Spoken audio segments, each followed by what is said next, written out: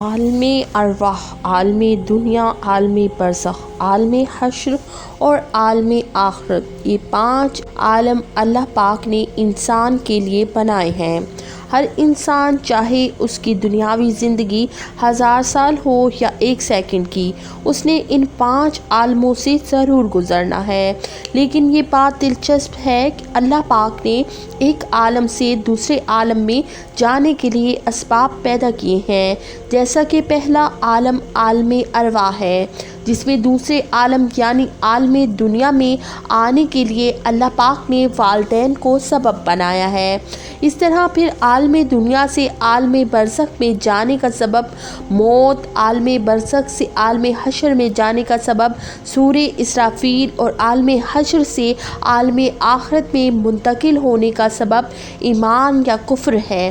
آج کا ہمارا موضوع عالم برزخ ہے، جس میں ہم جانیں گے عالم برزخ کی یہ زندگی کیسی ہے، یہاں پر لوگ کیسے رہتے ہیں، لوگ یہاں پر کیا کھاتے پیتے ہیں اور کیا دنیا کے معاملات کو بھی لوگ یہاں پر یاد رکھتے ہیں۔ آج ہم انہی سب سوالات کے جوابات قرآن و حدیث کی روشنی میں جاننے کی کوشش کریں گے۔ ناظرین، عالم برزخ کی اہمیت کا اندازہ اس بات سے لگائیں کہ اس سے پہلے بھی 2 عالم ہیں اور بعد میں بھی 2۔ نبی کریم صلی اللہ علیہ وآلہ وسلم کی حدیث مبارکہ ہے کہ اگر اللہ پاک کے نزدیک دنیا کی کچھ حیثیت ہوتی تو مچھر کے پر برابر بھی اس میں سے کسی کافر کو پانی کا ایک گھونٹ نہ پینے دیتا۔ یعنی اندازہ کریں کہ جس عالم دنیا میں ہم موجود ہیں اس کی اہمیت کیا ہے۔ خیر، دنیا آخرت میں موجود جو عالم ہے وہ برزخ کہلاتا ہے۔ برزخ کے لفظی معنی آر یا پار کے ہیں، انسان کی موت سے لے کر آر یا پردہ کے ہیں۔ انسان کی موت سے لے کر قیامت میں اٹھنے تک کا وقفہ برزخ کہلاتا ہے۔ یعنی اگر یہ کہا جائے یہ وہ مقامات ہیں کہ جن میں موت کے بعد حشر تک روحیں حسب مراتب رہتی ہیں، اس میں تمام انسانوں اور جنوں کو موت کے بعد رہنا ہے اور عالم ہماری دنیا سے بہت بڑا ہے۔ برزخی زندگی دنیاوی زندگی سے بہت لمبی ہے، لیکن وہ بھی ایک دن ختم ہونی ہے۔ اللہ پاک سورۃ المومنون میں فرماتا ہے، اور ان کے آگے ایک آڑ ہے اس دن تک جس میں یہ اٹھائے جائیں گے۔ المومنون آیت نمبر 100۔ عالم برزخ میں پہنچنے کے بعد انسان کا آخرت کی طرف سفر شروع ہو جاتا ہے۔ حضور صلی اللہ علیہ وآلہ وسلم نے اس بارے میں فرمایا، بے شک آخرت کی سب سے پہلی منزل قبر ہے۔ اگر قبر والے نے اس سے نجات حاصل کر لی تو بعد کا معاملہ بھی آسان ہوگا، اور اگر اس سے نجات نہ پا سکا تو بعد کا معاملہ بہت زیادہ سخت ہے۔ جب روح عالم برزخ میں پہنچتی ہے تو اس میں بھی 2 مقام ہیں۔ ایک کا نام علیین ہے جس میں نیک روحوں کو رکھا جاتا ہے، اور دوسری جگہ کا نام سجین ہے جس میں بدکار یا کافر روحوں کو رکھا جاتا ہے۔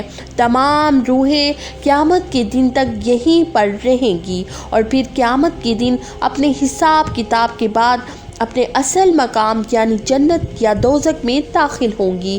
روایات میں آتا ہے کہ انسان کی وفات کے بعد قبر میں روح کو پھر سے مادی جسم کے ساتھ منسلک کیا جاتا ہے، جہاں پر منکر و نکیر سوال و جواب کریں گے۔ اگر تو سوالات کے جوابات صحیح دیے تو پھر آسمان سے آواز آتی ہے، میرے بندے نے سچ کہا، اس کے لیے جنتی بچھونا بچھا دو، اسے جنتی لباس پہنا دو اور اس کے لیے جنت کی طرف سے دروازہ کھول دو۔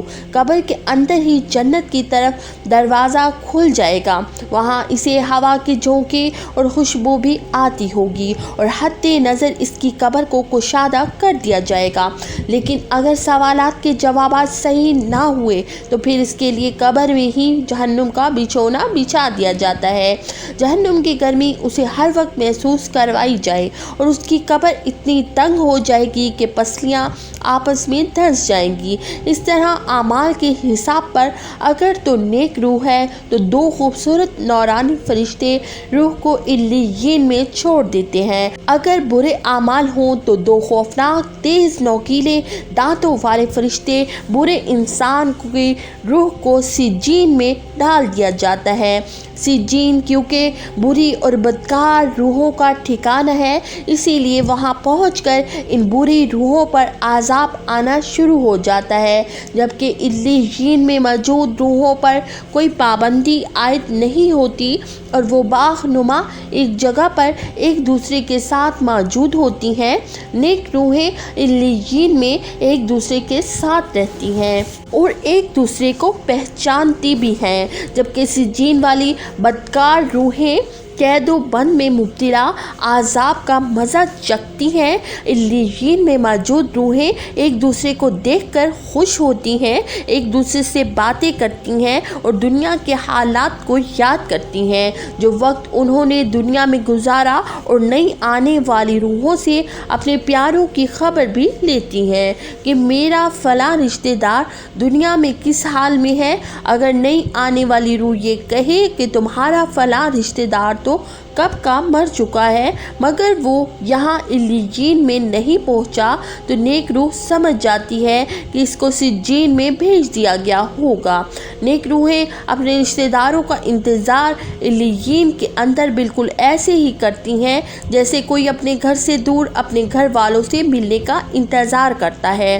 اس کے علاوہ علیین میں نیک لوگوں کے علاوہ انبیاء کرام، شہداء اور صدیقین کی روحیں بھی ایک دوسرے کے ساتھ مل کر باتیں کرتی ہیں۔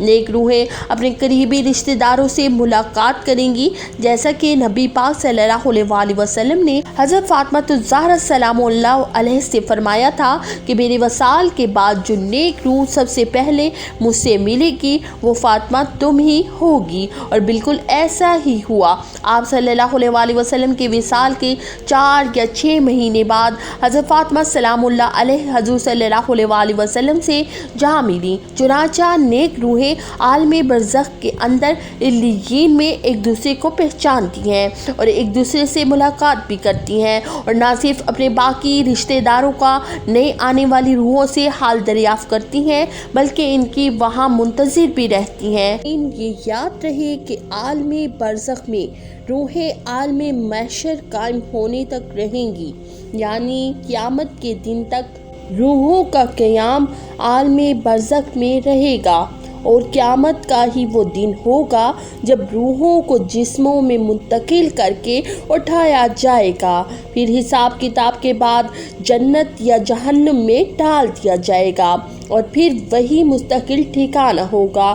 حضرت عبداللہ بن عبید سے مروی ہے کہ مردے کو جب قبر میں رکھا جاتا ہے تو وہ بیٹھ جاتا ہے اور جنازے کے ساتھ آنے والوں کی قدموں کی آواز سنتا ہے۔ سب سے پہلے اس کی قبر اس سے کلام کرتے ہوئے کہتی ہے، اے ابن آدم، تیرا برا ہو، کیا تجھے مجھ سے ڈرایا نہیں گیا؟ کیا تجھے میری تنگی، بدبو، وحشت، ہولناکی اور کیڑے مکوڑوں کا خوف نہ دلایا گیا تھا؟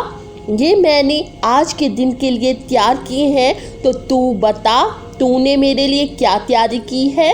ویڈیو کا اختتام ایک مشہور و معروف حدیث پاک سے کرتے ہیں کہ نبی کریم صلی اللہ علیہ وسلم نے فرمایا، قبر جنت کے باغوں میں سے ایک باغ ہوتی ہے یا دوزخ کے گڑھوں میں سے ایک گڑھا، یعنی مومن کی قبر میں جنت کی خوشبوئیں وہاں کی تر و تازگی آتی رہتی ہیں، کافر کی قبر میں دوزخ کی گرمی وہاں کی بدبو پہنچتی رہتی ہے۔